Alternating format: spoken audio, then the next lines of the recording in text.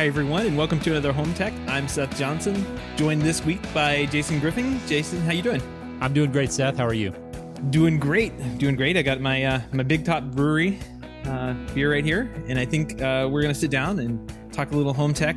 This week we got a special guest on the show to talk a little bit about what has happened in the last week of technology, which has pretty much all been Apple. This week we have a special guest, Richard Gunther, on the show. Richard, how's it going, man? It is going well. I am here to eat some crow tonight, but we'll talk about that a little bit later. That's all right. Good stuff. It happens. Absolutely. Well, I've got some predictions that I made that did not happen at all. And, we'll go over those in a second. But first, we got to talk about our over-under bet, Jason. That's right. We had a decent bet last week that that the HomeKit is part of the discussion of the WWDC keynote, which we'll put a video if you want to go watch the whole 2.5 hour long thing. Will be over in our show notes at HomeTech.fm/165. We were betting on what the over under was at 3 minutes, right? That's right. We set the over under for the WWDC, which was just this week, and we set that at 3 minutes. So that was the prediction about how much time they would spend talking about HomeKit. And this has been a running game that we've had here on the Home Tech podcast, and I think I have often been wrong on this, and so I was happy to say that I actually got it right, although I would have preferred to see more.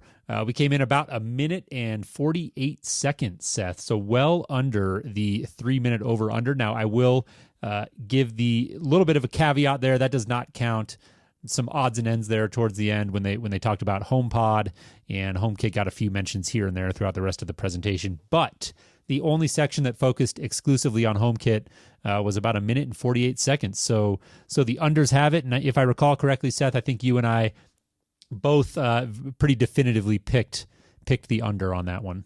We're both winners, and that's the point we're trying to make. Now, Richard, I know that you have not been on a great run with predictions lately, but going into it, and be honest, what would you have predicted, over or under 3 minutes? I mean, did you expect them to talk about it more, or was this sort of in line with what you were anticipating? No, I was also on the underside. As I was listening to your episode last week, I was definitely thinking under. We had so much major placement of HomeKit news in the last WWDC that I couldn't imagine it would get anywhere near as much time this year. So I was also expecting under. Worth mentioning, though, there's a lot of really important underpinning stuff that we will talk about later, despite the little bit of time that it got on stage. Yeah, that's a great point. It didn't get a lot of time during the keynote, but there have been some pretty interesting and I think significant, if underreported, developments out of HomeKit. And I've seen stories popping up here and there, but definitely didn't grab the headlines. And I think for understandable reasons, HomePod, which of course we're going to talk about, was the big headliner. We're not going to jump into that now, but there was a bunch of other things we're going to touch on here. However, Richard, for your benefit, I think we'll stay away from making any more predictions. I think that's a good idea. Well, hold on. I had some predictions. I think Richard had some predictions too, like about what we would specifically see at the event. And I'm glad I didn't write up a blog post on this like I was planning on. You kept them to yourself. Yeah. Well, that was smart. I made a little list and then tweeted out the list right before the show. And I think some of these things could have happened. The first off was a whole house audio device with a strong Apple Music tie-in. I think I got that one. Got that one. So I'll check that off. Well, let's be clear about this too, right? You've been talking about this for 2 years now. This is what you have been calling. No. Siri. Bound to get it right eventually. This is what you've been calling Siri in a can, right? And we actually have, we'll talk later, but we actually have Siri in a can. It looks a little bit like a trash can, but nonetheless, Siri in a can. Okay, so no. I wouldn't put this as that. I mean, this is whole house audio is different, right? Because I don't think Amazon's doing whole house audio. They're not doing like, if you get more than one Siri in a can, you can put them around your house and they'll all play music at the same time, just like Sonos. And that's what I was going for with this little bullet point, which Yep. I thought was a stretch. Yep. You know, when I wrote it down, I was like, this is something that Apple could do if they wanted to do, or they could just copy what Google. I think Google actually has multi-room audio with theirs, so I don't want to say they're copying them, but they could copy Amazon and put this extra feature in there and kind of tie it into Apple Music, which they already have. Just kind of makes sense. So that's where I was throwing that out. I thought it'd have a built-in white router with mesh Wi-Fi, which I don't think I got. That Siri would be updated with better integrations with more services, and I don't think I got that one at all. And a companion app for control and setup. And I don't know if I'm going to get that. I don't think I will get that. I think that'll probably be like with the Amazon Echo, you have to have the crummy little app, which I say on purpose, and you have to go through and set up. That was for you, Richard. Cancel. You have to go through and set up the skill sets in this strange menu in the bottom, and whatever, doesn't matter. Like, I don't think Apple is going to have that particular experience, but I could be wrong. So they may end up with an app later on, or it may be built into, you know, just the general menu on your iOS. But I don't know. I think if it's going to branch out and do more integrations in the future, they may need to have some kind of companion app, and it'll just show up there like the Watch app or whatever. It'll just show up on your phone.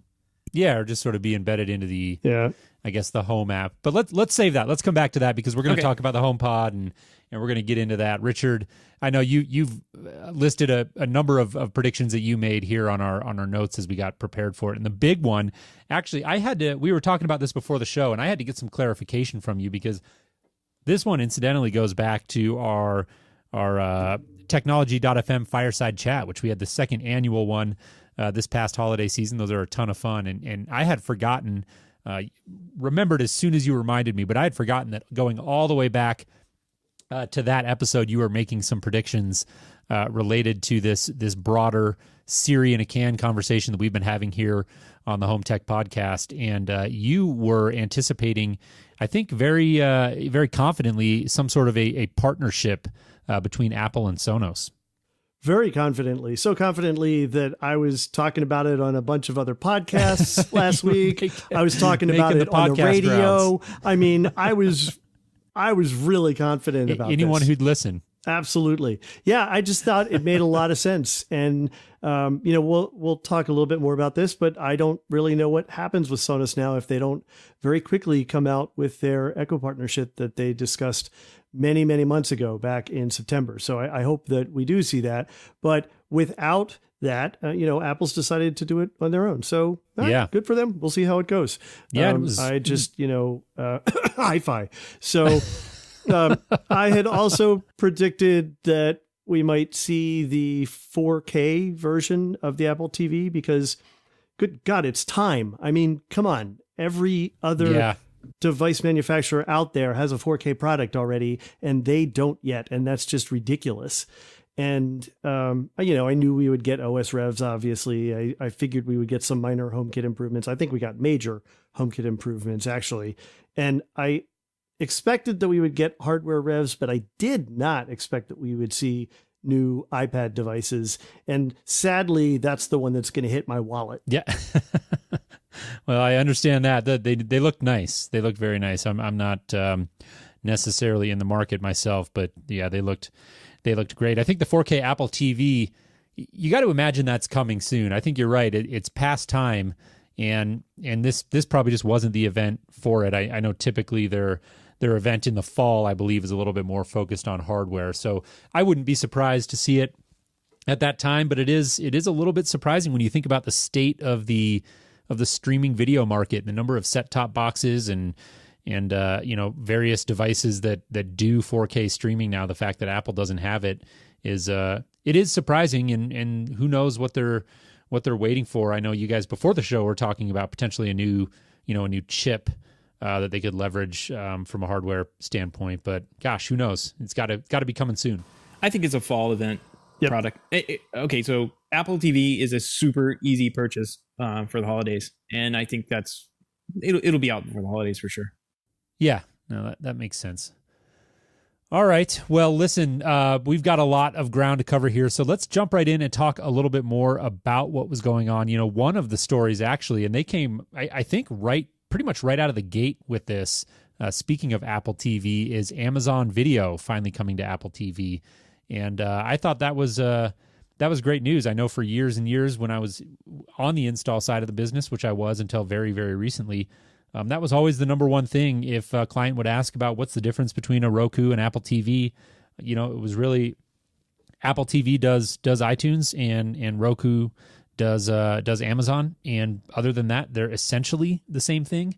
And so having Amazon available on an Apple TV, I think is great. I know a lot of people, Seth, I think you and I are both in this boat, are Amazon Prime customers. I don't know about you, Richard, but I Yep. often forget Yep. that the Amazon Video thing is included with that, because I own an Apple TV right now. And so I don't currently own a device other than, of course, a computer or something that can do it. So this will be a nice feature. I look forward to it. Yeah, I agree. Now, this is something that a lot of the press had predicted. Yep. So it wasn't a big surprise. I'm glad we did see it. And hopefully what this signals is a burying of the ecosystem hatchet between Amazon and Apple, because that's just getting real annoying real fast. Right. This is the only service that I don't have on my Apple TV, and I'm really excited to see it coming to the Apple TV. So, and it's, another thing that I think Netflix has, not Netflix, I'm sorry, Amazon has, is 4K video, don't they? Or have they announced that?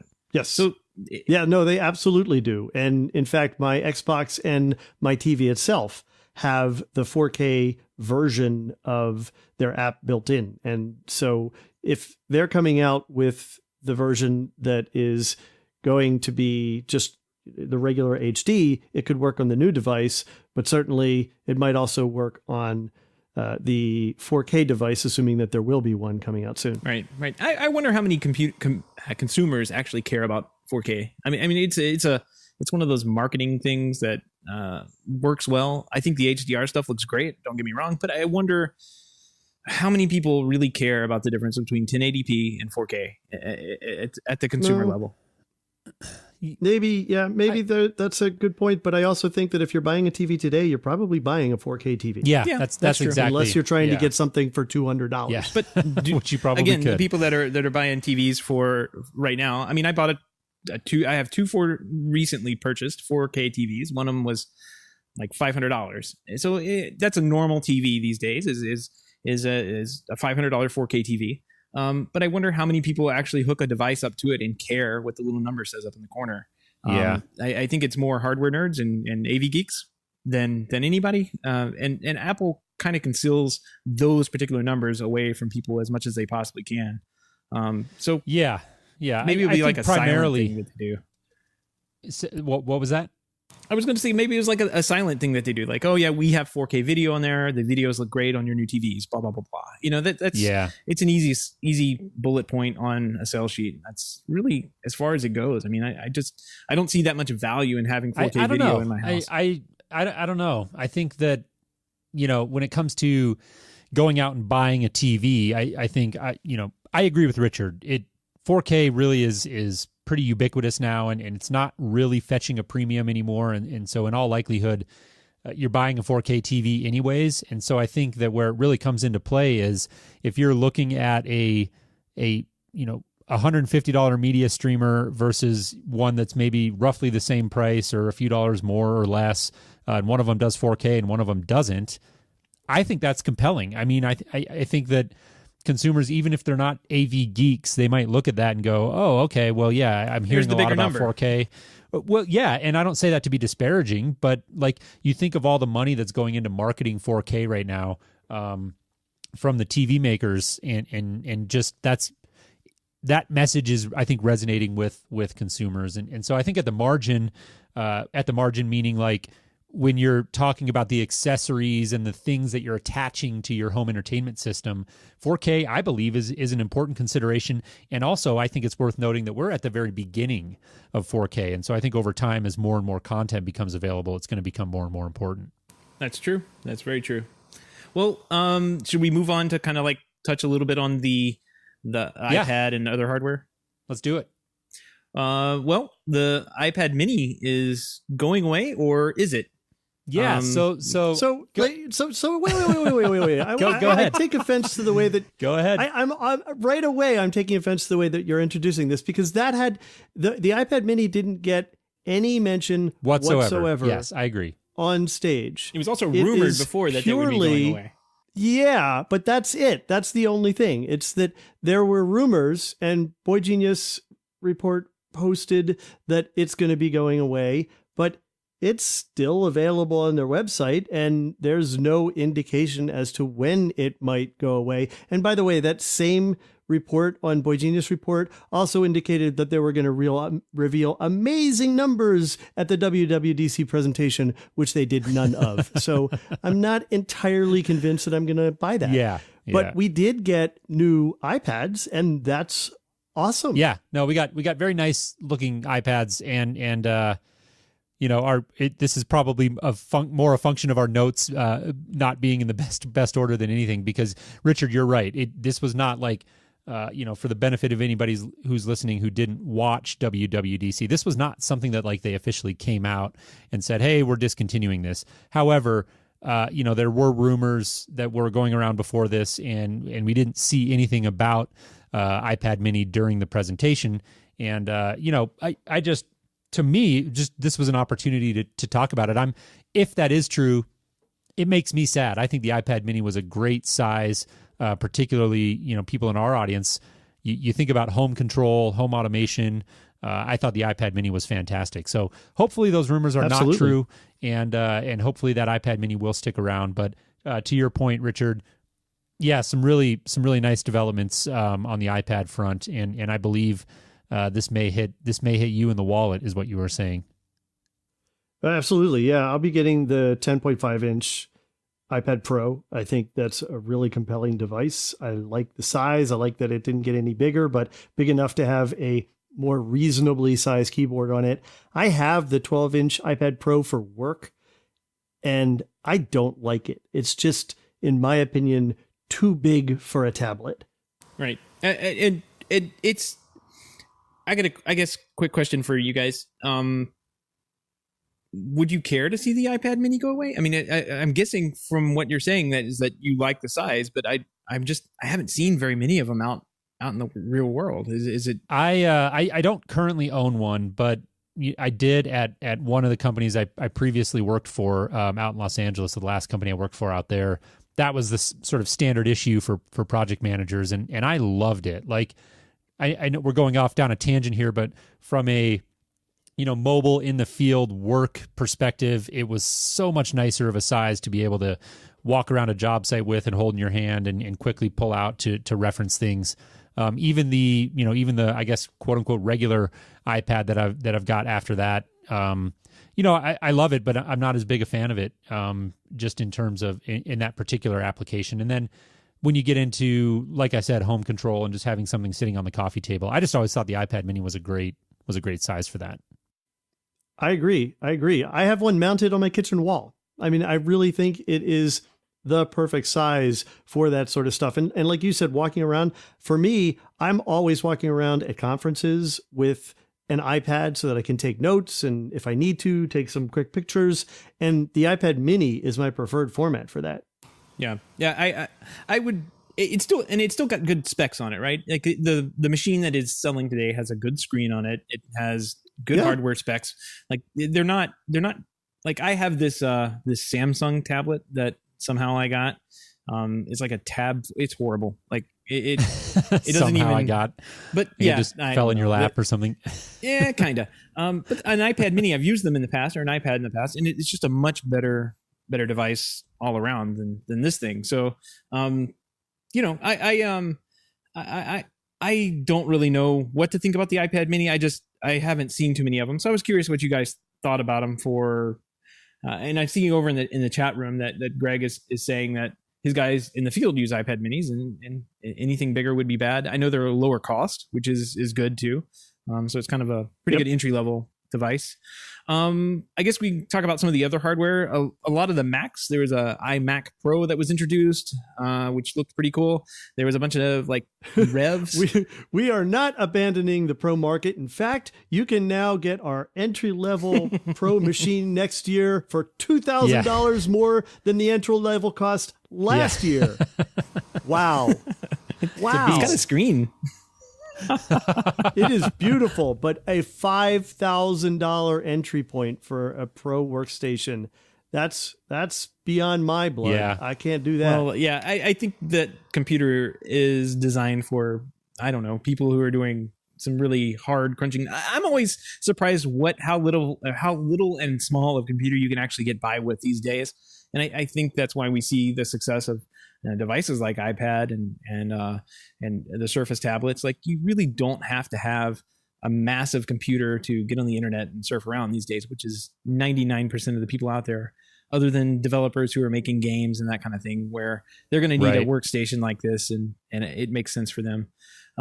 One of the machines that did not make the cut in this announcement was the Mac Mini, and I guess we'll just kind of have to wait till the inventory levels drop. I don't know. They may continue making them, but yeah, I mean, this is a device that's been around for nearly 10 years now. This is in fact, I think it's been longer than that. This has been kind of a mainstay computer that everybody thinks they're eventually going to get rid of, but they keep on carrying it on.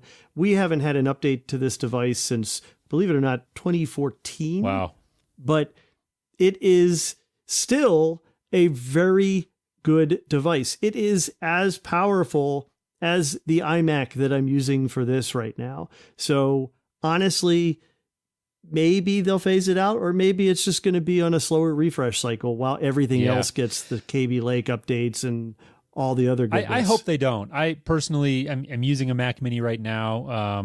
I've had a number of them over the few years and recently here, and I think it's a great device. The problem that I have with them getting rid of it is, like, it is the only, and I use this term, this is relative, but it's like almost the only cost-effective computer that you can buy from Apple. I mean, the laptops fetch a major premium. The iMacs fetch a major premium because you're buying the built-in screen with them. And this was just, when I bought this computer, I needed a high-performance computer. I already had a great monitor, so I didn't need to pay the premium for an Apple monitor. And it's a workhorse, right? It's just a great computer. Now, I'm not doing any heavy lifting with it, but still, for the price, I've always been an Apple fan. When it comes to computers, I prefer them strongly, and this is like the only cost-effective option. And so I really hope that they keep it around. But yeah, it's just been a really long time since we've seen any updates on it. Right. I think the laptops start you off at around $1,000, and with the Mac Mini, I think it starts around $499 for one of their more basic ones. Exactly. Yeah. In protest, I've decided to build a similarly spec'd Hackintosh computer to the Mac Mini, and hopefully we'll be running that next week or the week after. I don't know. It's going to be a little project. I'll see how it works. If it doesn't work all that well, then I'll move on. I built a computer once. Yeah. Once. I was talking to somebody. Oh, come on. I hadn't done it in like 15 to 20 years, somewhere in there, that I haven't put together parts for a computer, because going and buy them off the shelf is so much of a better experience. And at the end of the day, I absolutely love this little MacBook that I'm using, but the problem I'm having is actually with heat, working out here in the garage. When the computer gets hot, since it doesn't have fans, it slows down, and that's not so good for podcasts. So hopefully in a couple weeks, I'll be recording a podcast on a little bit different hardware that can cool down a little bit quicker. What could possibly go wrong? I will say that for a good 10 to 15 years, I was building all of my own computers, pretty much right up to before the point that I started using Macs. Yeah. And once I did that, I had no interest in building and maintaining my own hardware anymore. Yep. Yeah. It's crazy. I know that I had some crazy issue with, video card incompatibility with the motherboard. But when you looked at the spec sheets, they were all supposed to work together. And God, I don't even know how many hours of my life I lost trying to figure that thing out. And so, ultimately to me, totally not worth it. I'm just not into it. But, just come full circle. Yeah, I do hope they keep that device around. I think the Mac Mini is like you said, it's a mainstay for a lot of people, and it would be a shame, in my opinion, to see them get rid of that. But let's shift gears here. We've got one more quick topic we are going to touch on before we get into a couple of the bigger ones, and that is ARKit. Now, this to me is an interesting technology. There's not a lot of direct tie-ins with home technology and the smart home, but I thought some of the demos were pretty cool. And gosh, just with the way that this Pokemon Go, right? That's the big one that has taken off. I mean, yeah. AR really I think is it's going to be big, and not going out on a limb by saying that. And so I wasn't surprised to see Apple come out and talk about that a little bit. I was really trying to wrap my brain around where some of the applications might be in the smart home. And I know one thing that I thought of when they were doing that that demo of whatever game that was. I can't remember the name of the studio even that was doing it, but I was just imagining like a use case where you could potentially maybe go into somebody's living room, or even a home that was like in construction and in framing or drywall phase, and be able to like show different screens or projectors and do like a home theater demo, maybe theater furniture or something like that. I thought that would be that'd be a really neat use case for home technology. But I just think in general this is a pretty interesting space, and I'll be curious to watch it moving forward.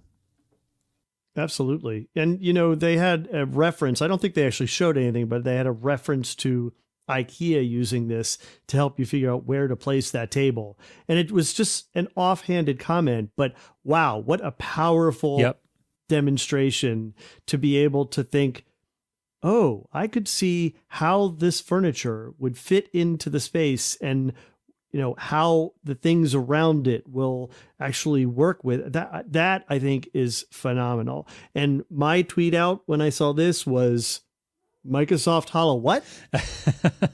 That's right. That's absolutely right.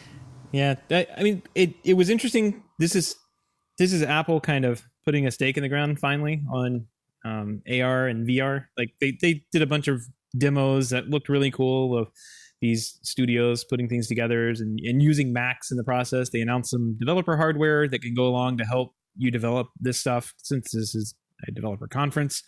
But as it stands today, I don't think that there were any, the day before yesterday, there was any way that you could actually do development or run virtual reality stuff on Macintosh. Like their video cards inside the laptops weren't up to snuff, and a lot of people were using Microsoft and Linux or something else to develop their AR and VR. And now what this is signaling is that Apple is getting into this space. And if you noticed during those demos, they did not mention what they were using for hardware at all. They didn't give anybody a shout out, so to speak. So I imagine we may see in the upcoming future some kind of Apple device that they use for VR and AR. AR would be the phones, but VR would be a little headset or something. I imagine that's coming. Well, and that's the real advantage that they have, right? Is that for AR, everybody's carrying one of these things around in their pockets. And I made the joke about Microsoft, but seriously, are you going to spend $3,000 or whatever it ends up costing for this thing that needs some sort of backpack to actually drive it that you're going to place over your head? Or might you just pull your phone out of your pocket that miraculously seems to have the same ability to position and maintain perspective on objects in your 3D space? I mean, that just blew my mind. Yeah. Pretty neat technology. But let's jump in here to the meat and potatoes, guys. We've got a number of HomeKit things we want to talk about. Like we alluded to earlier in the show, it was not a banner year or a headline year for HomeKit at WWDC, but some significant news nonetheless. I think that starting with some of the improvements here, these are really things that are that are under the hood. A lot of sort of developer improvements. I know one of the big ones that I saw. I felt like I sort of caught wind of this. It was almost a buried lead in the article that I read. Is the fact that they are apparently moving away from this requirement to have a dedicated HomeKit chip inside of the hardware. It looks like they're going to allow manufacturers now apparently to do some sort of software security approach or software authentication. And I know that this was a big deal. I've got to imagine there are companies who spent a lot of money putting that HomeKit chip in now and are sort of smacking their heads. But ultimately for the consumer and for the HomeKit ecosystem at large, this strikes me as potentially very big and very good news. Absolutely. And the thing that's interesting about this is this was one of the real sticking points for a lot of companies that didn't want to get into the HomeKit space because they didn't want to have dedicated hardware to support it, or they didn't want to have to re-release. And, we know full well that initially we had this confusion where, okay, well, which Lutron hub do you have? And which Ecobee thermostat do you have? The one that works with HomeKit or the one that doesn't work with HomeKit? Now this allows them to handle this potentially just through stuff, as they're saying, software-based authentication instead of hardware-based authentication. The interesting thing here is that there's not a lot of details right now. In fact, very specifically in their HomeKit workshop that they had a day after the keynote, they said there will be more information on this coming. Well, this isn't really the biggest news, I think. The bigger news is actually that along these lines is the bigger news is the HomeKit accessory protocol specs. They open that up to anybody who's a developer. So you could, as a developer, go and read these documents on Apple's website, go out and create your own little HomeKit accessory that is completely HomeKit compatible, run it on an Arduino or Raspberry Pi, and control it right off your phone. That is something that you can do. And then the next step, that's where the software-based authentication and going through the MFI made for iPhone process comes into play. Like if you want to sell it, if there's commercial aspect to your project, you have to go through the MFI certification process, and you'll get to go through the software. I mean, you may or may you'll need the software-based authentication for that, but this is huge. This is going to, you know what I'm thinking? I'm thinking I need to break out the old Wipe Warmer 3000 and give it an update, because make it a little more secure this time, and maybe it will maybe be secured this time. This changes the game, Jason. This thing doesn't need to communicate with a server in China anymore. This can run directly on HomeKit and be secure.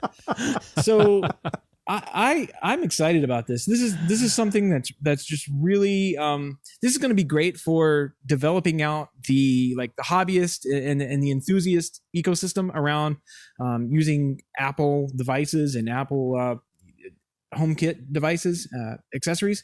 I don't know how that. The thing for manufacturers was the software-based authentication. I can think of a handful of devices, like Jason, for instance, your Ecobee thermostat that you have doesn't have the chip because you bought it a couple months before they came out with a new one with the chip, and it made no sense at the time. Now, potentially, Ecobee could update that thermostat to be HomeKit compatible, and that's huge for you because it's something that doesn't require you to buy new product to be updated. No, it's great. It's great for me. I would even say though, like, this HomeKit accessory protocol being opened up, that's great. I think for the DIY and the enthusiast market, but I think you're selling it a little short, because quite honestly, this is great for startups and small hardware companies who have a vision for a product and want to get something to market and need a way to prove the concept and do testing and make sure they've got something that actually adds value or that works. And now they're able to go out, do some of that, testing and prototyping on very inexpensive hardware before they have to go through all of those rigors of the MFI process, and especially of having HomeKit compatible security chips in there. So I think this has big implications, not just for the enthusiast and the DIY market, but also for the manufacturer market, particularly when you think of small startups, of which, of course, there are millions of them. And for consumers as well. I mean, in the chat, Greg is saying, well, how about Ring? Maybe we'll finally get Ring. Well, I mean, any of these companies that we've seen on these slides for a year, 2 years, 3 years now that have yet to put out product. Chamberlain still hasn't put out a product that is compatible with HomeKit, even though they've been on the slide since day one. And it's due supposedly any day now, if in fact they could really actually just update the one they have with a firmware update to support this. That changes the game for consumers to be able to just get stuff so much more easily. Yep, absolutely. Let's talk a little bit. One of the big things, now we're talking about stuff that was not necessarily announced in the main keynote, but that is in the session, and that's where we learned this thing about the HAP and some of the new software-based authentication. But they've announced some things to improve HomeKit, and I didn't think that could get any better. Would be like the install of HomeKit devices is going to get better. They're now letting you use scanning like QR codes to install. So they can be like really tiny QR codes. One of the things that isn't here in our notes, but I know that they did, devices don't have to be powered on anymore in iOS 11 to put them in. Right. So go ahead. That is, you were saying that they couldn't improve the experience. That is my big beef. And that I think is brilliant, is that you can scan the code that's on the device before the installation. So it doesn't actually have to be up in the fixture or, plugged in, and then you have to climb under the desk to be able to scan it. There were devices that you couldn't actually scan when they were plugged in. So you ended up having to find the code that was in the box or write it down. I mean, yeah, this makes life so much easier, but as well as I do, it gets even better than that. Well, and this is kind of a bigger rollout this year where Apple has opened up the NFC APIs to developers, and they've included tap to pair for HomeKit devices, which is just awesome. So you just walk up to the HomeKit compatible device, tap on it with your phone, and it's paired instant. I mean, I can't tell you how easy the HomeKit install is unless you actually go through it. Go buy a $39 iHome switch like I have, and see how simple it is to set. I mean, it's night and day from what I'm used to in the professional world of going through, and even something as simple as Control-4, where you're just walking around tapping buttons. I mean, it's night and day. Absolutely the easiest install experience on any product I've ever had. Yep. This does make it easier. Absolutely. I'm very excited to see this. It does mean for NFC that as a manufacturer, you would have to have some sort of radio in there that's going to be able to communicate with NFC on the phone. So that could be some added expense. I don't expect we're going to see that on all devices, but just the fact that they've added that, they've thought about that. And just as a reminder to people, HomeKit pairing, one of the reasons it's also so easy is that they provide the entire framework for doing it and building it into your app. So you don't have to build a mechanism for pairing. They add this. You don't have to change anything in your app. All of this stuff just gets built into the pairing process that you're already leveraging because Apple maintains it for you. So I'm going to ask a quick question here on behalf of the audience, because Seth, you and Richard are agreeing on everything, and I just wonder if we're going to hear a HomeKit fight tonight. I don't think so. we talked about this a little bit before we started the show, and I said, I'm using HomeKit now, Richard, and it's great. And he said, well, that's because you waited. And I am going to remind you guys, I am not an early adopter of these technologies. I refuse to buy version 1 boards. I am not a person who sits around and likes to debug other people's equipment in my spare time. I have enough of that during the day on my own code. So all right, it's well, I'll go back and listen to our last couple of fireside chats, and I'll get my fix there. Well, let's touch on a couple of these improvements that they also put in for Bluetooth devices. They are actually kind of doing a firmware upgrade on iOS 11, and the device has to have firmware upgraded to be compatible for secure Bluetooth. And they've made the event notifications faster. They were talking about devices that could take like 3 seconds to react after you press the button, and now they're saying they've gotten that time down to around a second.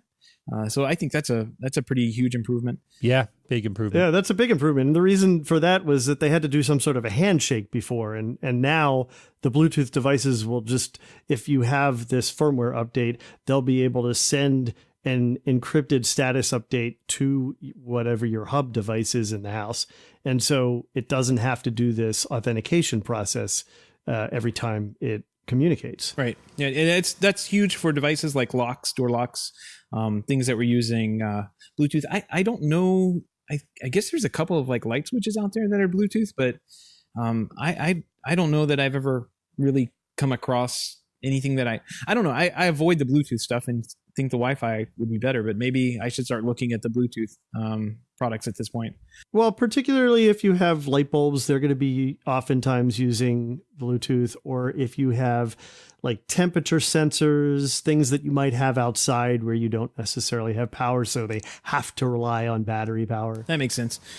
They announced sprinkler and faucet device types, which is kind of random, I guess. I don't know. The sprinklers make sense. Faucets. The faucet's totally well, they weird. were talking about telling Siri to warm up your bath. So I think there's going to have to be some plumbing integration, which I know most plumbers aren't going to be very interested in getting into the smart home, but it's there. Yeah, like the only thing when I saw that, the only thing that I could think of that would be useful, and it would be like it would be a useful case like once every decade for a given person, would be like if it could alert you if there was some sort of like leak or issue with your faucet or something. Like I just cannot imagine a time where I would be like, I want to turn on my faucet from my smartphone. Yeah, me neither. Like I can't imagine a single one. So, I mean, think beyond faucet, right? I think I wouldn't be at all surprised if the first integration that we see for this is from Moen, where Moen already introduced this concept of the connected shower controller. And it's, in my opinion, not fully fleshed out. I gave it kind of a lot of crap at CES. And I think that they really need to think through the use cases a little bit better. But for something like heating up the water for a shower or something along those lines, just a simple notification that, okay, time to get in. Okay, the water's been running, time to get in, that kind of thing. No, you're right. That actually is a good point. I think, during the winter here in particular at our house, the shower takes not terribly long, but a minute or two to warm up. So that might be kind of useful. The other thing I just thought of when you said that is, having young kids, like you're always trying to get the water temperature just right for their bath or whatever, and you're kind of putting your wrist under the faucet to, make sure that temperature is not too hot or too cold. And I guess to me, as a parent of two young children, that could be kind of useful if it was just like, tell me when the temperature's right. Now I say that a little bit in jest, right? Because it's like, well, I've been putting my wrist under the faucet for years and that seems to be working out just fine. But just trying to think of use cases here. It just strikes me a little bit as a solution looking for a problem.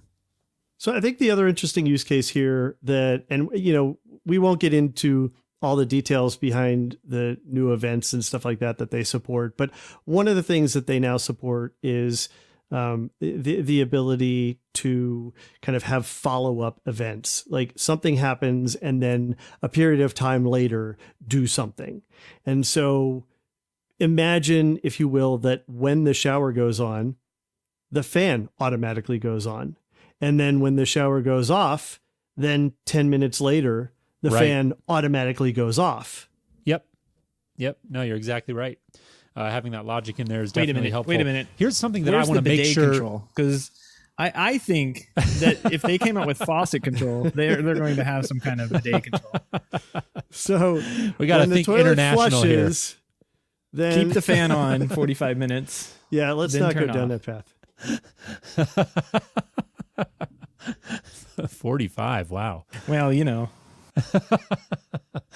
One thing I do want to make sure that we touch on before we move off of HomeKit is the control center. Now, I noticed, and as did a number of people in the hub, our Slack channel, when the keynote was going on, is they did this new demo of Control Center, and that's where you swipe up from the bottom of the screen and you get your little quick access to various control icons. And conspicuously missing from that demo was HomeKit control, which is one of the things that I thought was really, really cool when they came out with that, because I use that all the time at my house. We've got a light in the nursery that's connected to one of these iHome smart plugs, and we flip up from the bottom of the phone and we turn the light on without having to unlock the phone. It's brilliant. I love it. And so some of us were speculating that maybe they got rid of HomeKit out of the control center, but I know leading up to the show, Richard, you put a note in here that it's not actually gone. It just wasn't in the demo, if I'm understanding you correctly.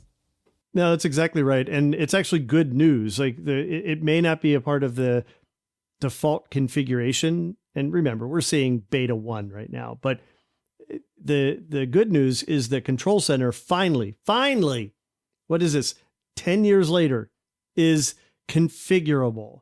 So you can decide what things you want to include in the Control Center. And Home is one of them. Home will be just a simple button that on a firm press will then open that panel that you used to see by swiping. Right. And to add on to that, it actually is, if you already have HomeKit devices installed, it will show up as default there for you. So it's not something you have to go back and turn on. It's going to be there, and if you want to turn it off, you can hide that particular button. So now instead of swiping up and then swiping, I guess, all the way to the right, now you can just swipe up, press a button, and then get to whatever you want to do. Yeah, and Byte here in the chat room is I think he was with me. He was asking if it was customizable now, and is agreeing this is great news. I was bummed about that, but I kind of was skeptical as well. I thought it would be surprising if they totally got rid of that. I think it makes a ton of sense to have that be customizable. I always, frankly, sort of wondered in the back of my mind why it wasn't any ability whatsoever to customize what was in that control center or what got prioritized. So I guess this is good news after all, even though on the surface I think it looked like it could be a bummer. Yep. We've got a couple of more. I mean, one of the major things they announced, and Richard kind of talked about one of these, is event types. They did kind of events based on events, I guess, like sunrise, sunset. You can also how do you do that? These are like what I would consider table stakes for home automation products, but they did not exist inside of HomeKit specifically. So as Richard was saying, a lot of the device or the HomeKit app manufacturers and device manufacturers were doing all sorts of funky things inside of each individual app to try and mimic what Apple has gone out of their way, or not out of their way, but gone in, just put right into HomeKit. So you can get these day, month, year, hour, minute, plus and minus, sunrise, sunset. These are things that if you're into home automation, you probably use on every install, especially lighting control. It's great to have that in there. Yeah. And I don't know, you have something else you want to throw in on that one? Well, I mean, the thing that I think is really critical there is that, these triggers, previously they had the ability to do stuff on sunrise, sunset. And what they've done is now they've added the ability to do it at specific times, and they've added the ability to have these plus or minus offsets from sunrise and sunset. And if you've done any serious home automation, you know that plus or minus from the sunrise and sunset time is really key. You don't want everything coming on at sunrise or sunset. That just doesn't make sense. So I think that's very smart. The other thing that I thought was probably the biggest news in this trigger news was that they've really rethought how they handle occupancy. And instead of managing occupancy from a device perspective, where like this phone is home or this watch is home, it's based on the user. So presumably the user account that is tied to whatever device or devices that you have on you, then their presence is what's going to be combined to define whether you're home or away. And they've really thought through this idea of every person and whether they're home or away, and then monitoring the first person to come home and have that as a trigger and the last person to leave. And that's really important if you aren't a single guy living in an apartment with all your geeky stuff. Yep. This is brilliant. I mean, if this is done right, this is huge for them. Because Richard, you and I know, and I'm sure Jason, if you've ever played around with any of these geofencing apps that are just horrible, like they never work correctly. And this, if it works the way they are saying it works, I think this is a huge feature of HomeKit, and probably will be one of the most popular features for people who figure out how to use it. If it works right. Right. Well, let's touch on one last big category here in terms of just HomeKit in particular, and that is the added category of speaker into HomeKit. And so they did not have this before, and now they do, as part of HomeKit, have the built-in ability to do multi-room audio. This is going to be tied in with an update to the AirPlay protocol. So AirPlay 2, I'm really hoping it works better than AirPlay 1, which we jokingly at my old company used to call AirPray. Not exactly known for its reliability. In my opinion, very shaky. But for an individual user, somebody who's just wanting an easy way to stream music around the house, it's great. For a professional deploying systems that need to work, close to 100% of the time, not so much. So I'm hoping, they can maybe tweak some of the things in this protocol to give it a little more reliability. But gosh, the fact that they've now got multi-room audio baked right into HomeKit is very big news, and I look forward to seeing what shakes out of this. Yeah, no, I think this is great. I don't quite know what the tie-ins are going to be to HomeKit, and they really made no effort to explain that. Presumably the idea would be that you could trigger certain audio sounds or music to occur as an activity based on some event. And so I'm curious to see how this ties into the HomeKit ecosystem. Yep. Will be interesting to what see. I think is really, sorry, go ahead. I was just saying it will be interesting to see. I don't have that many. I think AirPlay really relies on the network. I've been using it every single day to extend my monitor, which you would think is kind of scary, like and lazy, because the computer's right here and I could just plug the HDMI into the computer, but it's right there. There's an Apple TV. So it's hilarious, but it works really well, and it's been running, for weeks without issue. And latency I barely noticed. So I think it really depends heavily on the network and this is an old Apple TV. This is one of the first generations. Yeah. Well, I agree. I think the tie-ins will be, some of them will be obvious, the ability to incorporate audio into HomeKit scenes and this sort of thing. But just from a more general perspective, the ability to have control of your house audio baked right into Control Center, for instance. We were just talking about that.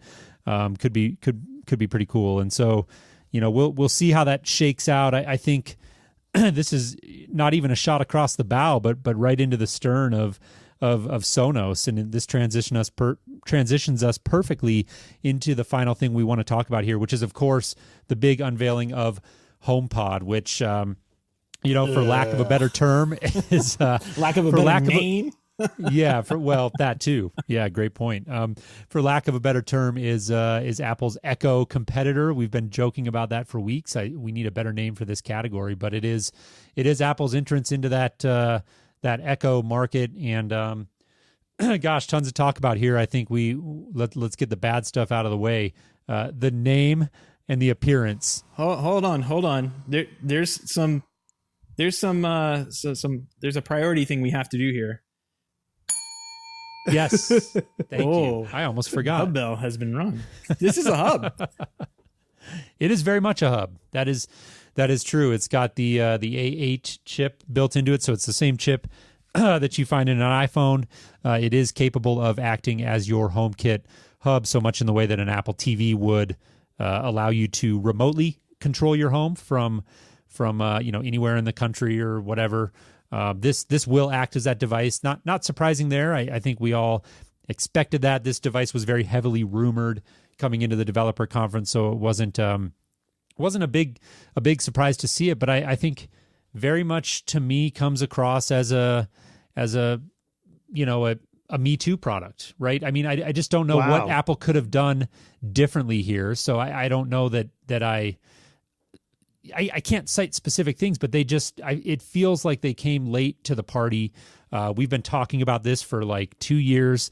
And other than really a premium audio experience, I don't know that there was much that they touted that's not already being done. But that is the difference, right?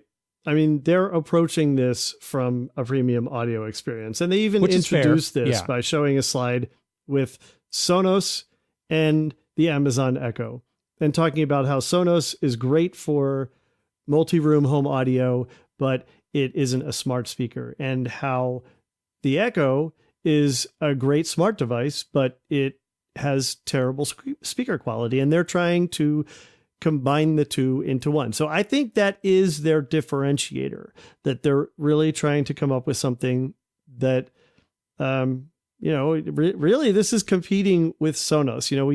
This is a major shot across Sonos's bow, because they are in a partnership already with Sonos in terms of retail. And that was one of the reasons that I thought it made a whole lot of sense for them to take that partnership further and build Siri into future Sonos devices. But instead, they're going to compete with them directly. I mean, they're not expecting you to buy one of these things. They're expecting you to buy a bunch of them and put them around your house, which, as we're talking about HomeKit, makes you wonder if in the future we might not also finally see some meshing capabilities between the HomeKit hubs.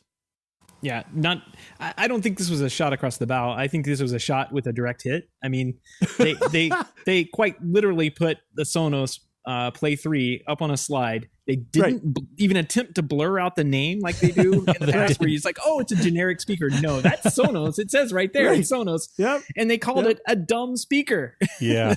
They said it wasn't smart, to be fair. Well, but okay. Yeah. Read between the lines. To make it the poster child, how that's just crazy. Right. That's just crazy.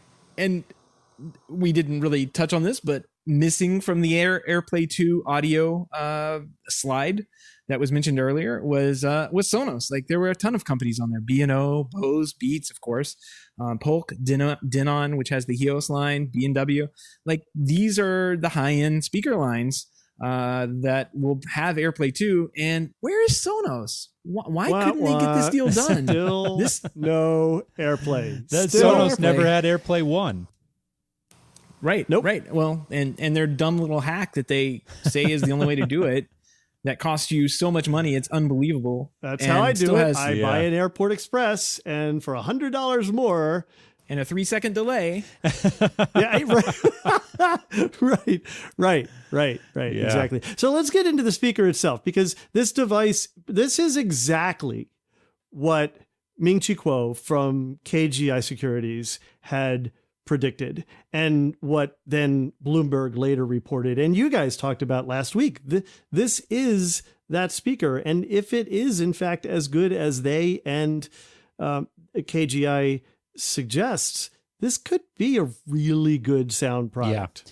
Yeah, I read a couple of things online. I can't recall exactly where, but say that it does sound great. And with what is it, seven tweeter array, a 4-inch woofer. I mean, I can't imagine that it doesn't sound good. That, like you said, Richard, that is what Apple is banking on. That is the differentiator that they're hoping will make them stand above the crowd. At $350 is going to be the retail on this, available in December, by the way, we should add. So we're still a good 6 months away or so from having availability to this. But my guess is that the audio quality is going to be very good. My guess is that they're going to have a ton of success with this, just if nothing else, by virtue of the fact that it's an Apple product and that people will pay that premium price tag for it. relatively premium, I should say. When it comes to the price, I actually don't think that $350 is a bad price point. I'm very much with you on that, Richard. I look at this much more as a Sonos competitor that happens to have the intelligence or the capabilities of a device like the Echo than I do, the other way around, right? So is a premium audio if you product. look at the specs, yep. If you look at the specs, this is on par with the Play 5. Yep. Which is not a $349 speaker. It's what, $600? Yeah. So, and you get the Home Assistant built into it, the Siri built into it. Yeah, I think this is a home run for them. Yeah. I mean, in that price point. I think the price point's good. Yeah. I mean, my concern is that this is their entry point. And with Sonos, you can go and you can buy a Play 1 for $250 and you can add a dot.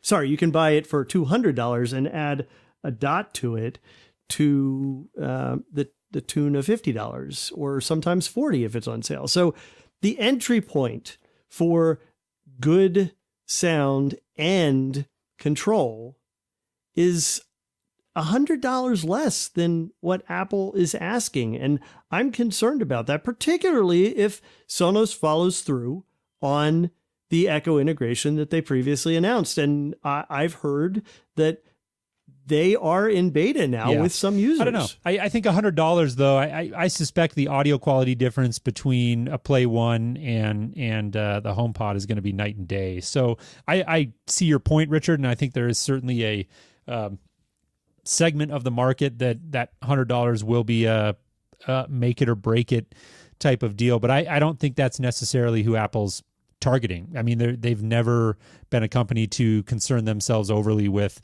the bottom end of the market. They're a premium product. So I personally was not surprised to see the price point. I was surprised at the way they presented it.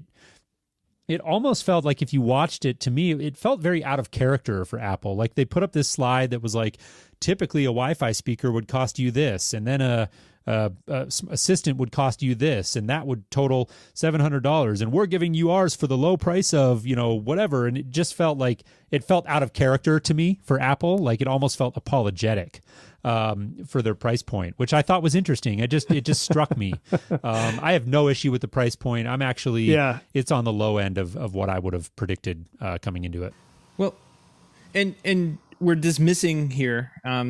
Over in the chat, Byte is saying, I can access Siri from the phone, not worth the extra 100. Well, you can do that. And guess what? You can buy AirPlay 2 Wi-Fi speakers from all these other brands that may have a product that comes out lower. Frankly, I'm more surprised that there is only one offering from Apple at this point in time.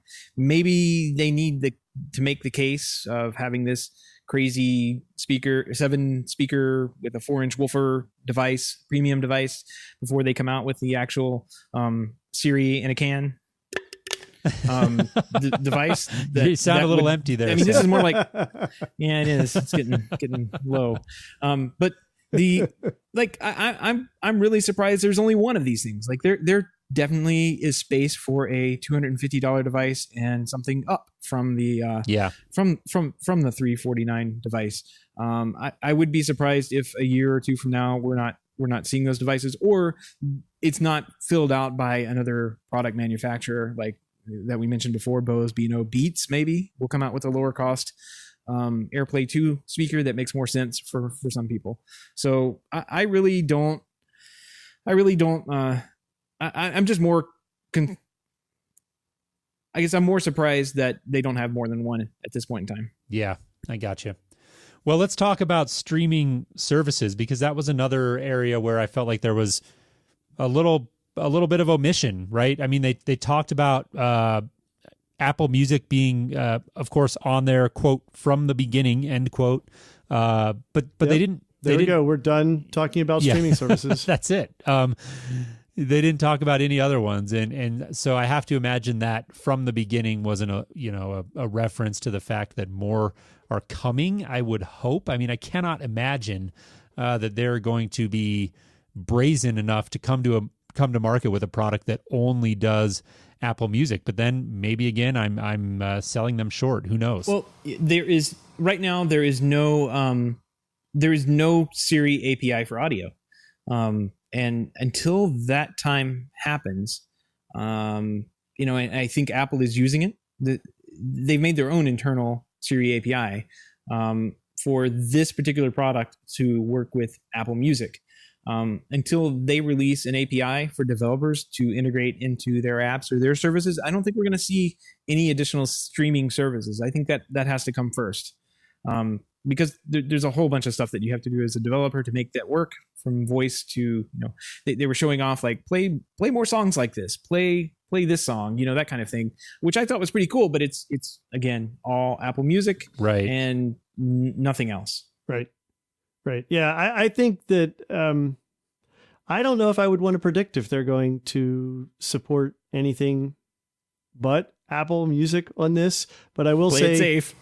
it is not un-Apple-like to take that approach and look at it also from the home control perspective. They talked about all the different types of things this can do, very similar to the types of things that you can do on an Amazon Echo or a Google Home. Missing from that discussion about home control was anything other than HomeKit. Right. Very true. So, this is not terribly surprising to me. I mean, it's early in the product, but Apple, when it comes to home control, that one. So with streaming services, I would be very surprised if eventually we don't see native support for other streaming services. On the flip side of that coin, when it comes to home control, I would not be at all surprised if this is a completely walled garden approach. They want to get you into the HomeKit ecosystem, and that's it. I mean, I don't see them going any other direction with this. I don't know about you guys. Nope. I think it's going to stay Siri, HomeKit. And I think I'll play it safe too and say it'll probably only be Apple Music for quite some time until there's a really good case to be made to put in other services. I think, they're going to sell what works, and they're trying to build their Apple Music brand up. And I don't think they're going to, cut themselves doing that. I don't think they're going to kick their legs out from the other part of the company, the services part of the company, just to integrate with Spotify or something like that. So you're talking about other services, and the thing that's really interesting there is this is a developers conference, and they announced this new product that is a consumer product, and everything they talked about it was about the consumer benefits. Not once did they mention if it would even have an SDK that would allow third parties to build additional capabilities for it. No, just HomeKit. That's it. That's crazy. Yeah. Well, I mean, is it though? It's Apple. Like, to me, it's not shocking. I can see an argument for them doing it, but this is not to me not a huge surprise. I guess there's also Siri Kit as well. Like, you have HomeKit and Siri Kit. Anything that you can do with Siri, you can do with this device, presumably. It will be interesting to see how they handle more than one person in the home. I think Google has done a good job of that. I wonder what Apple is, or how Apple is going to do that.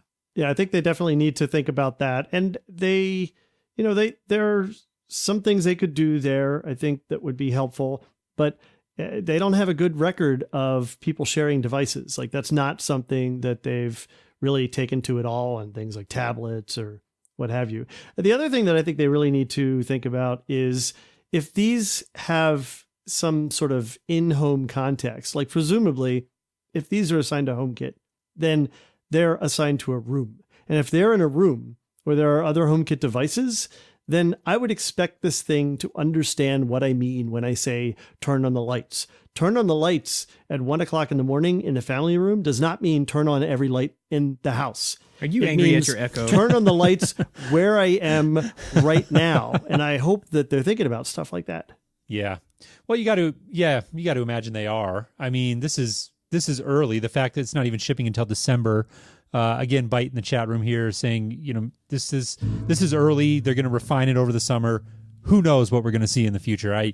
This product is going to be around for the long haul. I think we've proven as a smart home industry at large that this form factor, this type of product is the new normal. People are going to expect it and want it. So we're just seeing the tip of the iceberg here when it comes to just looking at Apple, and who knows where they're going to go with it. But I do think just the inherent market philosophy of Apple will be a gating factor there in terms of how open they're going to be to development and integration by and with third parties.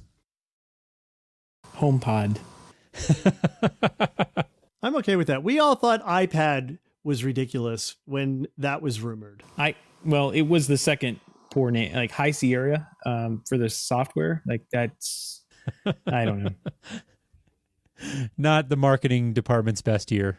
Definitely not the best names. No. I don't want to nitpick.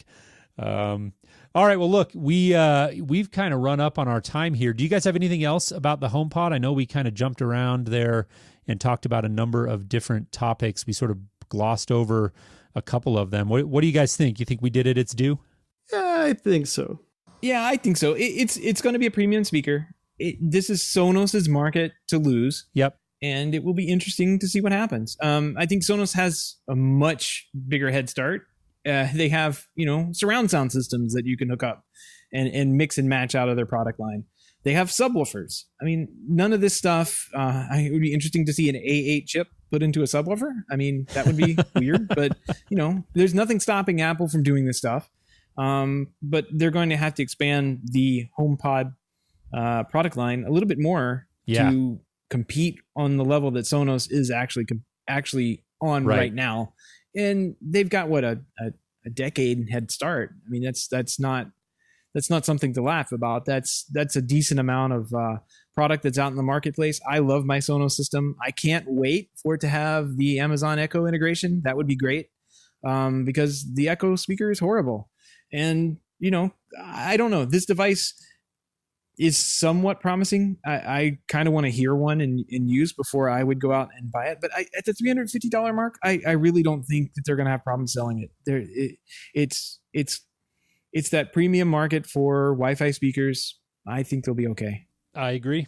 Well, we will wrap it up here.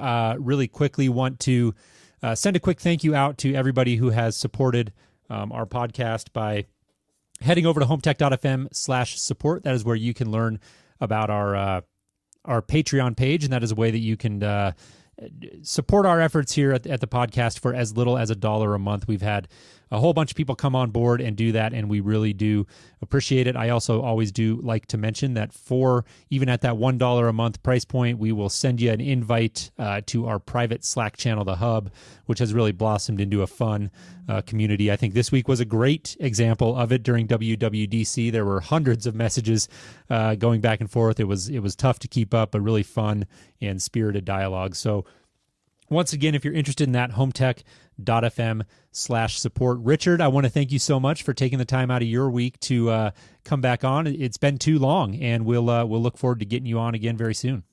Yeah, glad to be back with you guys. Always have a good time talking with you. And I heard you talking about Cedia, so hopefully we'll be able to connect up there again this year.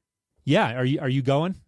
I am planning on it at this point. I have it penciled in, let's say that. But I usually try to make it. Last year, I just had too much stuff going on at home. Yep.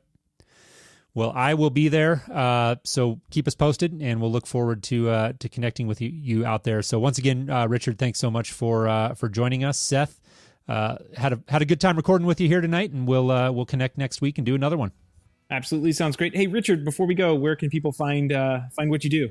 Yeah, so I host Home On. That's a show directed toward consumers and hobbyists, talking more about product and technology, about smart home product and from a DIY perspective.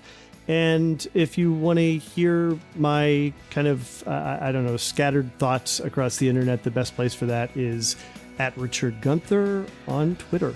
Awesome. Seth, thank you for catching me there. Richard, you've been on the show so many times, I almost forgot to let you do that. Oh, you guys are my best advertisers. Excellent. We appreciate it. Well, I got one more quick announcement before we hit close on this. I will be at Infocom next week on Thursday, so if anybody wants to meet up and chat, let me know.